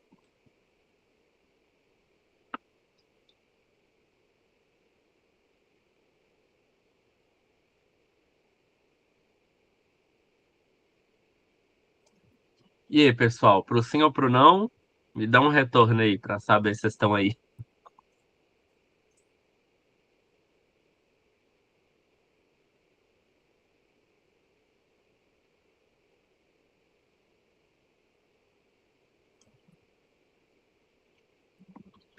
Essa você não sabe não, né, Miquel? De boa. Esse é específico. Vou escrever aqui, depois eu falo em seguida. Nada mais, nada menos que David Hume. Bem-vindo também, Adil. David Hume, ali um autor lá entre o século XVIII, né, XIX ali da Inglaterra, um pouco anterior a Kant, né, mais século XVIII mesmo. Ele começa ali nas suas investigações, começa a pensar como seria o eu. E ele usa esse jargão que eu não vou me aprofundar, porque não é nosso ponto aqui agora, de que o eu seria um feixe de relações, de que ele nas suas investigações, e ele está fazendo um contraste diretamente com o René Descartes, tá? Ele não percebe que o eu é uma fundação, que o eu é uma coisa única, fixa, determinada, clara, objetiva. Mas que, na verdade, o eu seria um processo mental de várias relações que são estabelecidas, mas que não são unificadas em um só comando, vamos dizer assim. Claro que essas ideias, elas são literalmente 2.000 anos póstumas ao budismo, tá? Mas, para quem já reparou, o David Wong tem uma clara influência de filosofia analítica, e a filosofia analítica tem muita influência de David Hume, por sua vez.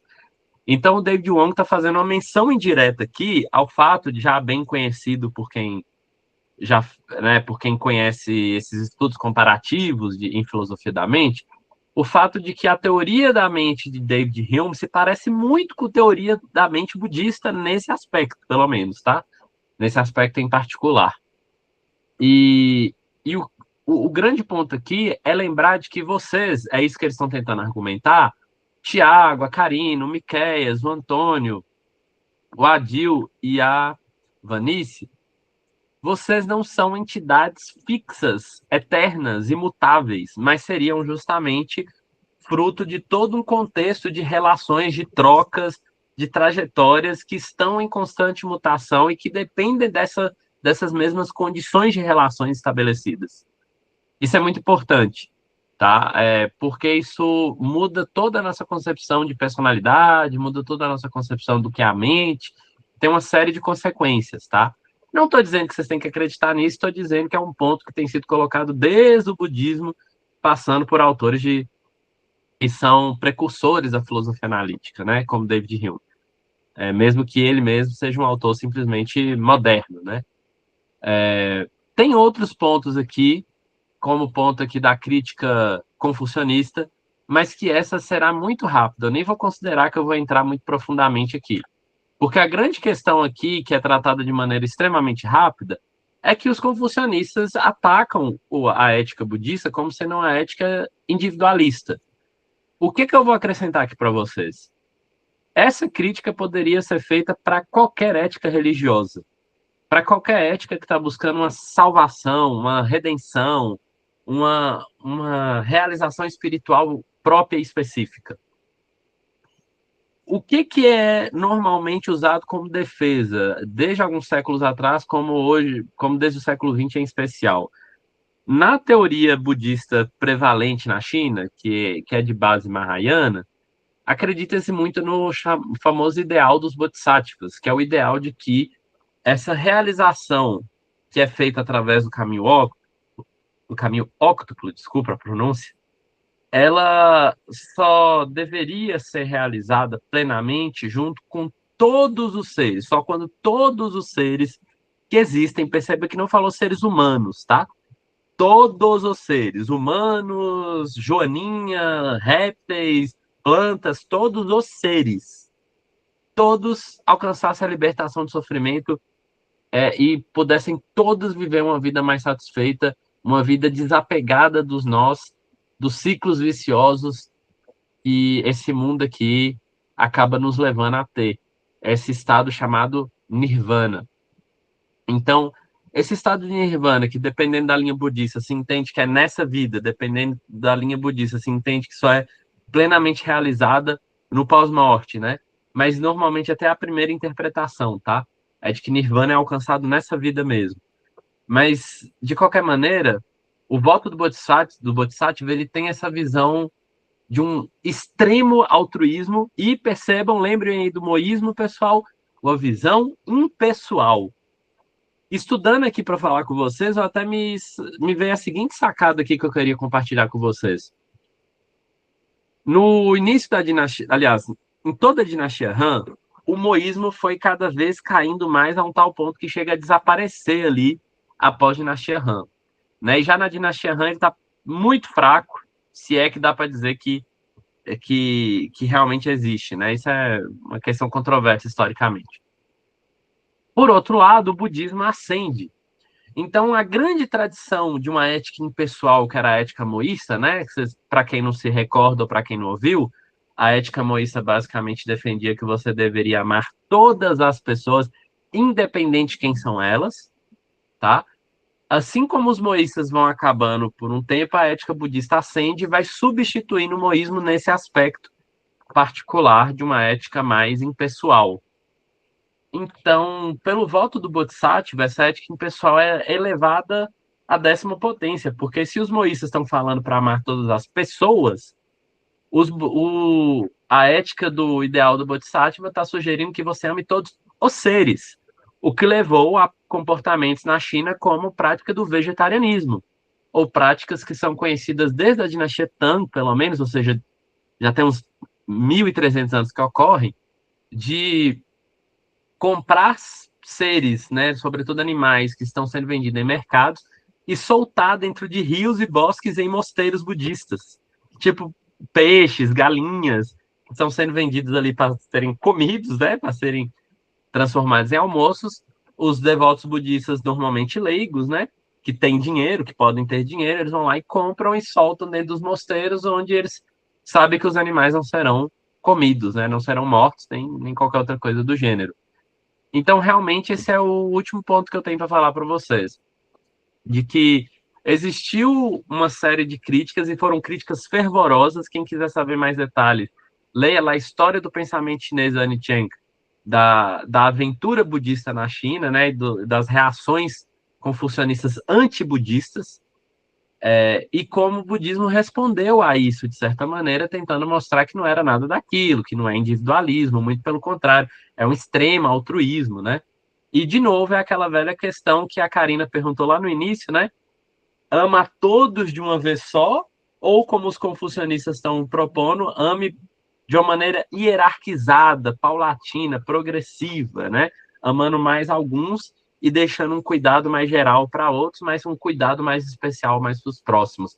Essa é a grande disputa que perpassa toda a China e que foi mostrada de uma maneira bastante curta aqui, resumida no caso do budismo, né? Mas, para quem quiser saber mais, o volume 4 dos textos selecionados em filosofia chinesa é todo de filosofia budista, tá? Quem quiser se adentrar, é só pegar esse texto aí e se aprofundar. Como vocês podem ver, o texto acabou. Então, dois momentos aqui agora, um momento de dúvidas ou perguntas, comentários, quem quiser, e não saiam antes da gente escolher a próxima leitura, tá bom? Seja falando, seja escrevendo, já pode começar a colocar aí as sugestões. Enquanto as pessoas estão pensando em as sugestões de próximas leituras, queria saber aqui de vocês, vocês têm dúvidas, perguntas, alguma coisa que vocês queiram contribuir aqui, por gentileza?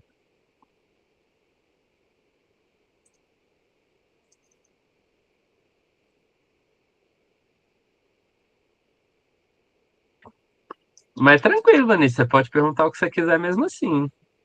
Inclusive, viu, nem é uma aula isso aqui, é um grupo de estudo aberto, tá? Então você pode colocar, você pode errar, não vou te punir nem nada, não sou legalista. Então, pode perguntar o que você quiser, mas se você não quiser perguntar nada, tá tranquilo também. Bem-vinda também dessa maneira, tá?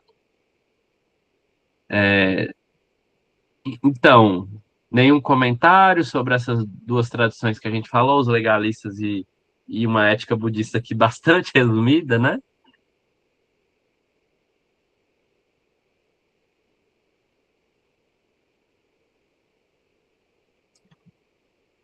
Ah, beleza, Vanice, muito obrigado. Tomara que você venha nos próximos também. Inclusive, Vanice, já me responde aí então. Estou entendendo que não tem comentários para esse final desse texto, né? Então já vamos para o próximo e último tópico, a última pauta aqui, último ponto da pauta, desculpa. Qual o próximo texto que nós vamos ler? Porque eu tinha pensado a gente continuar explorando esse texto aqui, esse outro capítulo desse livro, né?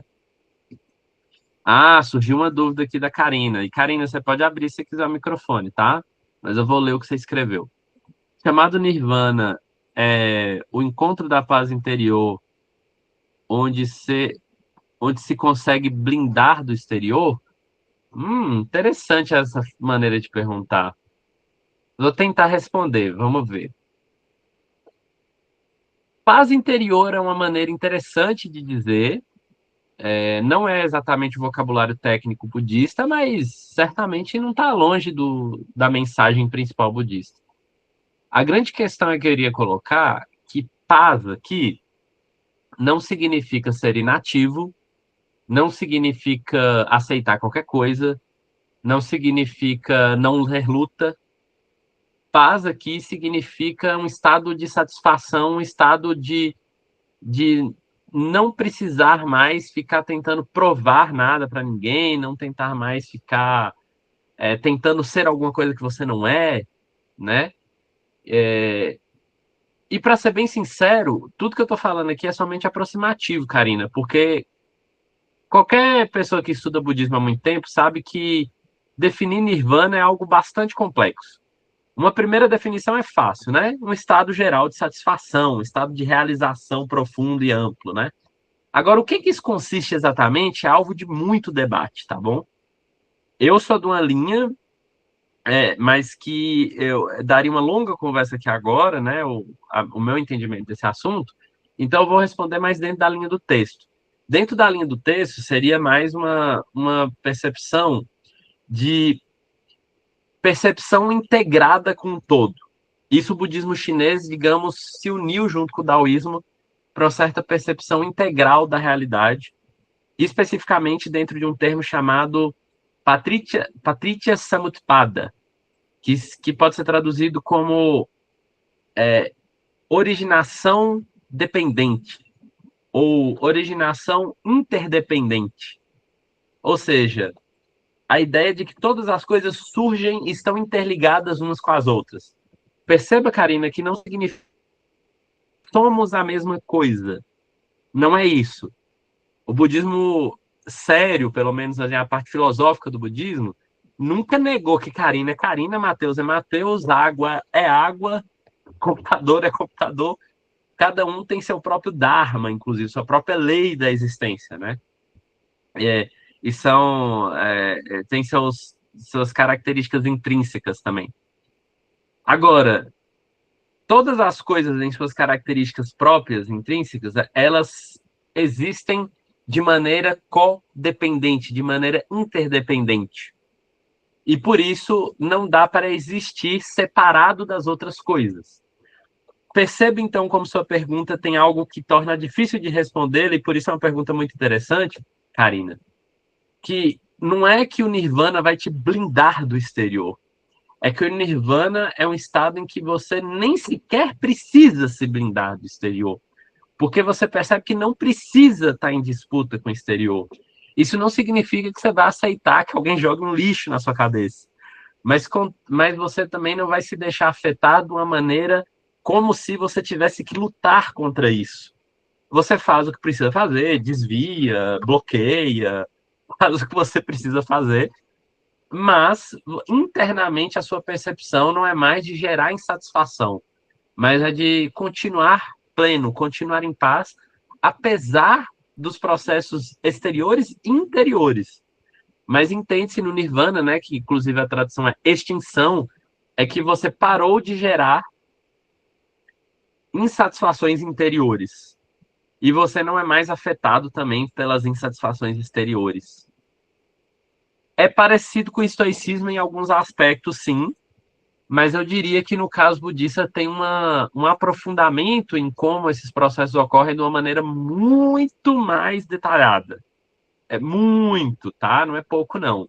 Se o estoicismo, por um lado, tem elaborações políticas e talvez na vida em sociedade muito mais detalhada, por outro lado, o budismo tem uma teoria da consciência muito avançada, muito detalhada, que vocês podem buscar por esse termo aqui que eu vou escrever, ó.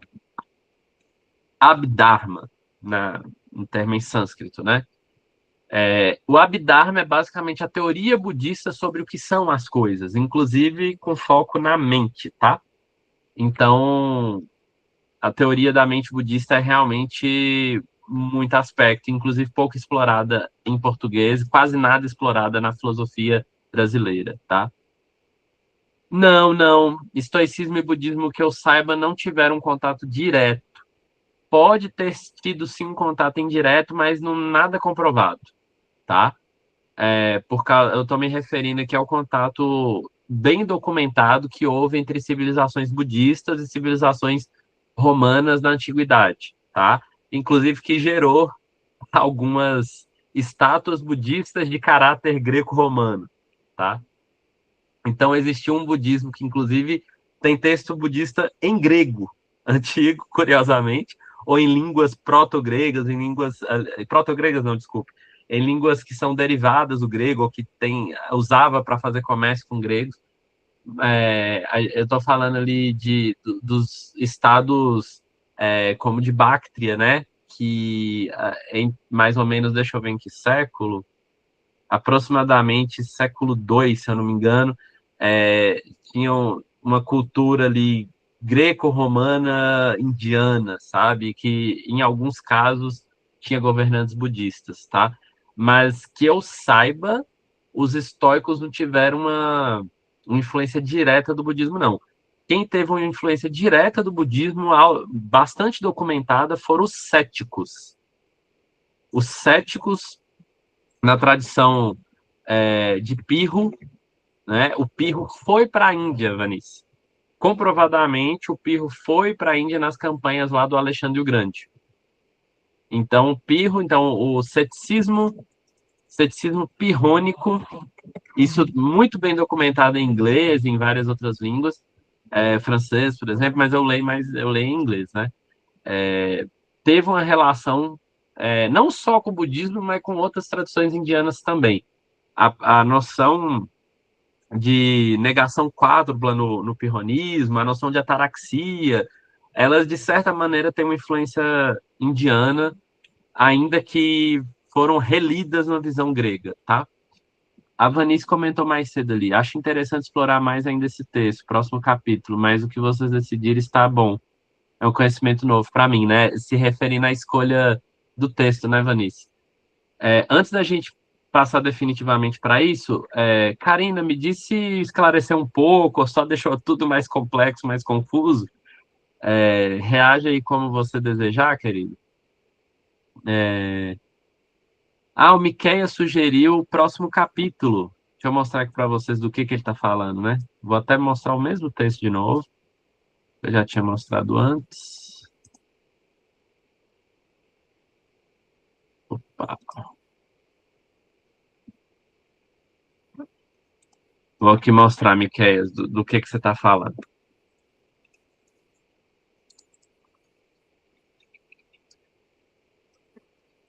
Tá aparecendo aí para vocês, né? Aí o Miqueias está sugerindo que a gente leia o próximo capítulo, que é do Stephen Engel, o Pensamento Social e Político na Filosofia Chinesa. Pode ser uma ótima, maravilhoso, eu super top também.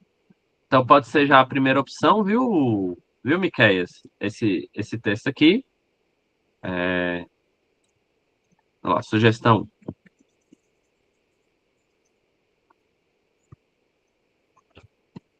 E uma segunda sugestão que eu mesmo dou é que nós poderíamos pegar um texto propriamente dito original dessa vez e ler, né? Algum texto como os próprios Analectos, o Dao De Jing, o Zhuangzi, o Xunzi, o Mêncio.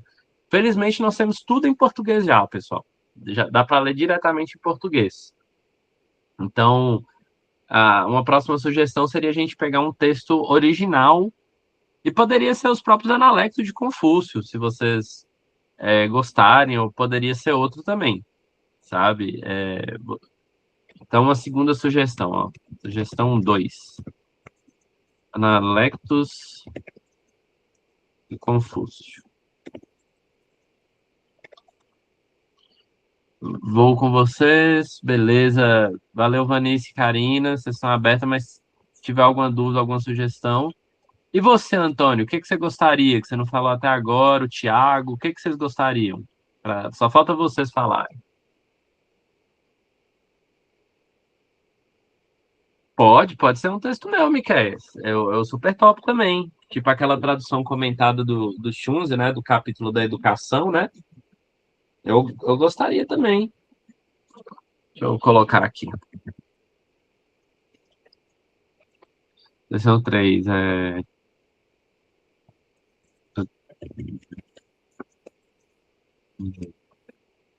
Persuadir ao aprender.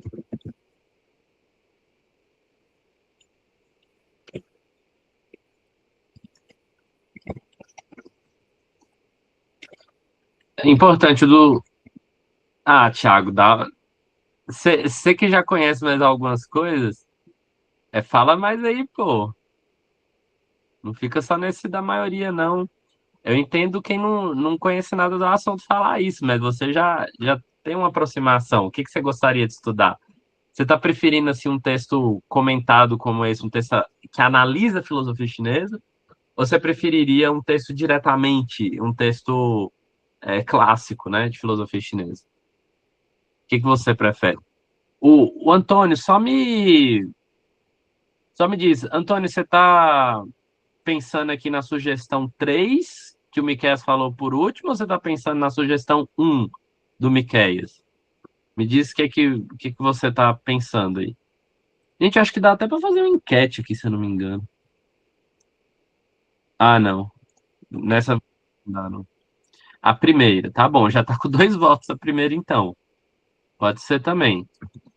Para a gente finalizar aqui, pessoal, por enquanto, a sugestão 1 tá vencendo. Tradução comentada. Esqueci de comentar que os Analects é tradução comentada também. Então é o seguinte, que eu vou. Antes de fechar, são essas 3 sugestões, tá? A gente lê isso que está na minha tela aqui, Pensamento Social e Político Chinês na Filosofia Chinesa, que é o próximo capítulo desse mesmo livro que nós acabamos de ler o primeiro capítulo. A sugestão 2 é Os Analectos de Confúcio, a tradução comentada dele do Jorge Sinedino, da editora Unesp. Ou a sugestão 3, o capítulo do Xunzi, o capítulo 1 do Xunzi, chamado Persuadir a Aprender, e eu fiz o comentário junto com o meu professor de chinês. E é isso. Por enquanto, a sugestão 1 está com 2 votos. Eu vou pedir que Miqueias e Antônio votem lá no grupo depois também. Eu vou colocar essas sugestões, vou deixar aberto se alguém quiser acrescentar mais alguma coisa também lá no grupo, tá bom? E a gente decide no máximo, eu vou deixar, deixa eu ver, uns 3 dias, talvez seja suficiente para todo mundo ver, né? Então é isso, pessoal. Acho que eu já vou parar de gravar agora. Ah, Karina, beleza. Como é que você entrou aqui, então? Você viu o link do Google Meet onde, querida? Eu fazia parte dos estudos, na verdade, era um curso de extensão dada pela a Casa África, aí me mandaram, porque eu tinha comentado que era um assunto que me chamava a atenção, que eu gostaria. E eles me mandaram, né, o Al-Stachini, uma coisa assim, ele mandou no grupo de Egito, Pioneirismo Tecnológico Artístico Africano, né, e nossa presença na África Antiga. Aí eu tinha comentado a respeito, aí ele mandou, eu digo, vou entrar, que era uma coisa que eu queria, que era difícil de achar. Por isso que eu falei que eu sou uma iniciante. É um assunto que já me chamava muita atenção, uma coisa que eu gostava, só que ainda não tinha conseguido nenhum tipo de acesso. Aí ele disse, olha, entra, dá uma olhada, verifica, se tu gosta, aí tu fica, porque eu sei que tu tem um certo interesse, e aí eu disse, eu vou aventurar, né? Ótimo, ótimo. Faz o seguinte, então, você tá vendo isso que eu postei aqui no chat agora, que é um link do grupo? Você tá conseguindo ver? Ótimo, entra aí, por gentileza, se você desejar. Mas tá bem-vinda, se quiser entrar, é muito bem-vinda. A gente nem pode ficar falando de outras coisas que não for de filosofia chinesa, a não ser que tenha algum motivo muito forte ali, tá bom? A ideia é só debater do assunto mesmo, tá? E se você quiser, tá aberto aí. A Vanice já tá no grupo também, Vanice? Entrei. Ótimo. Beleza, obrigado. Então é isso, pessoal. Eu já coloquei aqui lá no grupo para não esquecer a sugestão dos 3. Eu vou explicar aqui, pessoal, assim que eu desligar aqui a câmera. Então eu vou encerrar a gravação e eu agradeço muito. Vocês querem falar mais alguma coisa antes que eu encerre a gravação? Alguém tem mais algum comentário? Quer perguntar alguma coisa? Tomar um Eu gole aqui tenho uma enquanto. pergunta. Eu Por tenho uma favor. pergunta rápida. Eu esqueci o nome daquele livro que você falou, que tem uma versão traduzida não, tá em chinês, só que bem simples, que a gente consegue ler. Eu acho que é do Dao Te Ching. Mas fala mais, fala mais. Qual que é a A gente pergunta? a pergunta não, a pergunta é qual é o nome daquele livro que você recomendou, que tem uma versão simplificada do Dao Te Ching? Tem uma em inglês e tem também em mandarim, só que da linguagem de hoje em dia, sem ser aquele mandarim antigo. Na verdade, é um livro do Xunzi, mas eu Do acredito que Xunzi. tem outras versões também. Depois que eu acabar de gravar, se você me permitir, eu posso procurar aqui, ver nas minhas coleções aqui de PDF, se na versão do Dao De Jing ou do Zhuangzi tem isso. Eu tenho quase certeza que não tem, tá? mas eu vou olhar aqui para você. Existem algumas Obrigado. versões, por exemplo, versão em quadrinho do Dao De Jing, que tentam falar com a nova linguagem o que ele quis dizer, entende? Mas o Dao De Jing é especialmente difícil de fazer isso. O Zhuangzi é um pouquinho mais fácil, mas mesmo assim os dois são muito, os dois eu diria que são níveis difíceis de fazer isso. Os textos confucianos são mais fáceis de fazer, entendeu? Inclusive eu tô com um calendário aqui na minha frente que fez isso também. Isso é uma prática comum em textos confucianos. Você deixar o clássico original ali em cima, embaixo você deixar uma versão moderna que tá falando a mesma coisa, só que com mais palavras, sabe? Aí o que eu tenho certeza é do Xunzi. Isso é o que eu tenho, já li várias vezes. Eu fiz a tradução amparada nessa essa tradução para o chinês moderno, né? Ou adaptação seria a palavra mais correta para o chinês moderno. E eu vou conferir aqui se tem os dois. Como eu vou demorar uns 5 minutos ou mais para fazer isso, eu vou parar a gravação e te mostro depois, se você tiver um tempo. Você tem? Para eu te mostrar isso agora? Tem sim. Beleza. Se não, eu ainda posso responder mais perguntas, senão eu vou parar a gravação. Alguém tem mais alguma dúvida? Quer falar mais alguma coisa? Se não, beleza. Então a gente. Aí, Bernice, é o estudo da China antiga. A gente não precisa estudar a China antiga, não, Vanice. Inclusive, se você quiser sugerir algum filósofo ou algum livro chinês contemporâneo, é possível também, tá? Por exemplo, tem um chinês contemporâneo muito famoso chamado. Eu vou falar duas pronúncias, tá? A primeira pronúncia, como você pode ler aí, a pronúncia brasileirada, que é Yuki Hui. Mas a pronúncia mais próxima do original seria Yehui, tá? Yehui. Então, daqui para frente, só Hui. O Hui, ele é o grande filósofo de filosofia da tecnologia, do ponto de vista, pelo menos, de uma certa tradição de filosofia da tecnologia, tá? Existem várias tradições dessa área de estudo, né? Da filosofia. E ele tem ganhado muito espaço, tem sido muito reconhecido, e ele é um filósofo agora, do século XXI. E eu super toparia ler com vocês. Tem texto dele em português, para quem quiser ler, tá? Poderia ser ele também. Quer que eu coloque lá como quarta sugestão, Vanice? O Yu Kuei? O que você acha? É,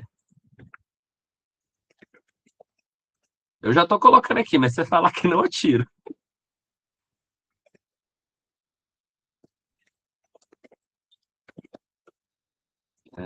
Tecnodiversidade. Coloquei aqui. Ótimo, beleza. Vanice, você tinha perguntado uma coisa agora que eu percebi aqui, que minha memória me traiu. Terá algum tópico de literatura chinesa? Normalmente eu não pensei nisso não, Vanice. Você perguntou se é isso uns minutos atrás, né? 10 minutos atrás. Agora que eu lembrei que eu não tinha respondido. Mas existem filósofos chineses que tratam desse assunto também. A grande questão, Vanice, são duas coisas. Ou você tem literalmente, né, como Lu Xun, que é um grande escritor chinês, então o próprio romancista que tem discussões filosóficas dentro da obra dele, sabe? Tipo Dostoiévski, Machado de Assis. Então tem o Lu Xun, um grande romancista chinês do século XX, que poderíamos estudar, mas que eu já vou adiantar, não é muito a minha especialidade, apesar de eu conhecê-lo e já ter lido ele. E você tem também a possibilidade de um autor que chama Li Zehou, que esse eu tenho um pouco mais de familiaridade, que é um esteta chinês, ou seja, um autor especialista em estética que analisa também literatura chinesa, mas não unicamente, né? Ele analisa estética chinesa de uma maneira geral. Só que o Li Zehou é exclusivamente em inglês. E eu tenho evitado literatura que estão exclusivamente em inglês para não deixar, para não perder muita acessibilidade aqui para todo mundo que participa, tá bom? Mas se todo mundo topar ler em inglês, vamos embora, sabe? Eu topo também. Entendendo que iria atrapalhar muito a acessibilidade das pessoas, eu não estou sugerindo aqui. Vou até escrever para quem quiser procurar. O Lee Zehou. Acho que é isso, pessoal. para não passar aqui de 2 horas do encontro, então eu vou fechar a gravação.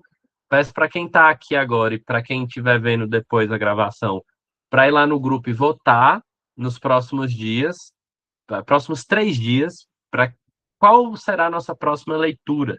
Se precisar, eu prorrogo um pouco o prazo, tá bom? Se aparecer alguma coisa depois. Mas por enquanto nós temos essas 4 sugestões aí que vocês podem rever no grupo de WhatsApp.